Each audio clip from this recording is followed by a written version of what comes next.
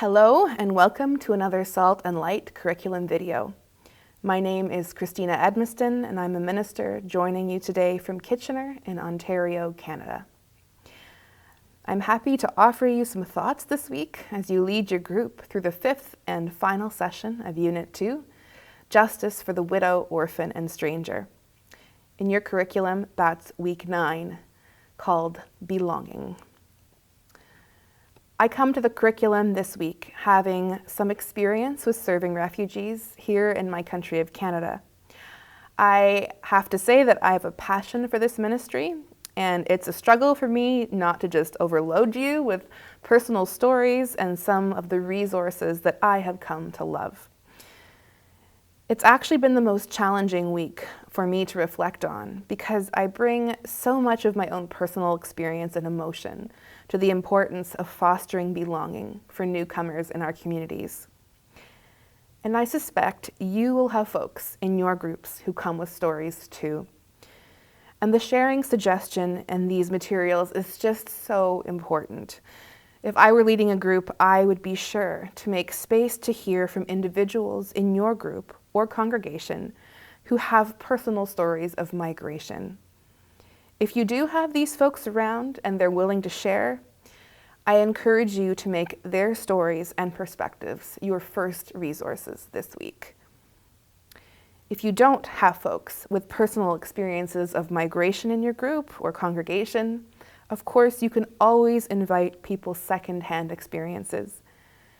In North America, with the notable exception of Indigenous peoples, nobody is many generations away from the immigrant experience. You could also achieve this sharing of story by watching clips from one of the excellent resources that exist out there. One great documentary that I watched recently is called Human Flow by director and artist Ai Weiwei. I think that's the way his name is pronounced.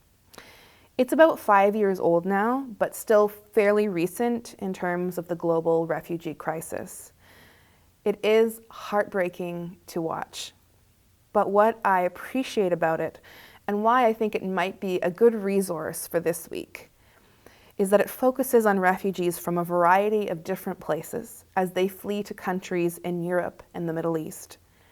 And they receive a whole range of different kinds of reception. So it's a great conversation piece about welcome and belonging. So again, that is the documentary called Human Flow. And at the time of filming this, if you are in Canada, you can watch it free if you have a CBC GEM account. And if you don't, you can create an account for free. But others of you may well be able to find it on different online platforms. Now, onto the specific texts for this week. The materials have provided not only the main text from the prophet Ezekiel, but an abundance of other, mostly Old Testament texts in the Discover section on page 52, in which the treatment of foreigners is addressed. It doesn't take much to see that in biblical Judaism, God expected God's people to care for and include foreigners among them. And that is pretty unambiguous. That doesn't mean it always happened. It doesn't even mean that it was common practice.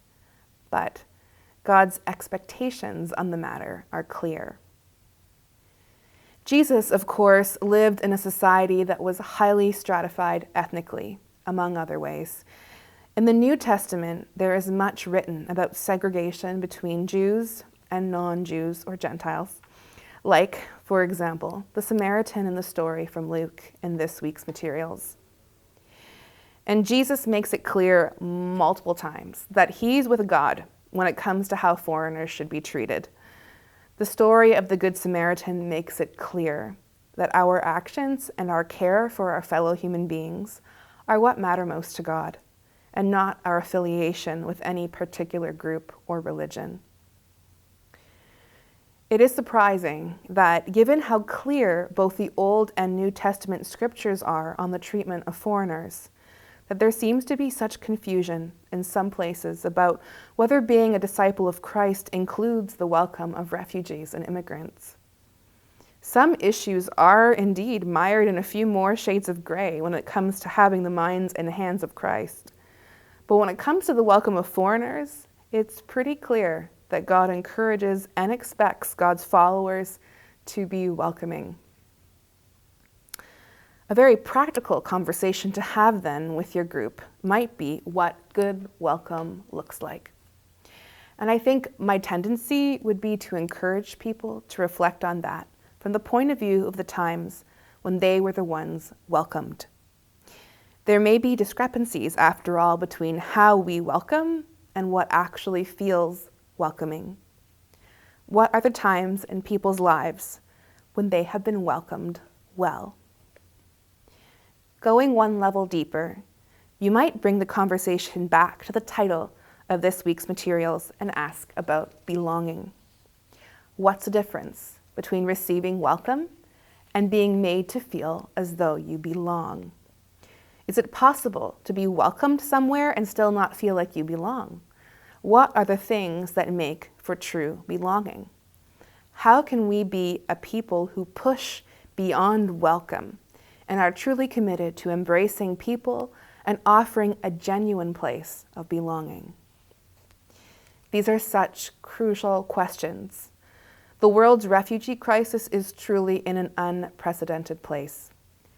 According to the United Nations High Commission on Refugees, there are currently 100 million people around the world who have been forced to flee their homes.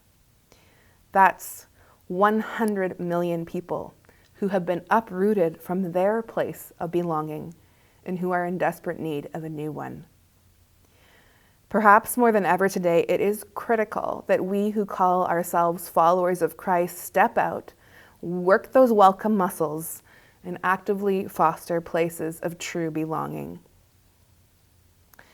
May your lesson and your conversations this week with those you are serving be fruitful and energizing. And may the Spirit of our welcoming Lord be present with all of you.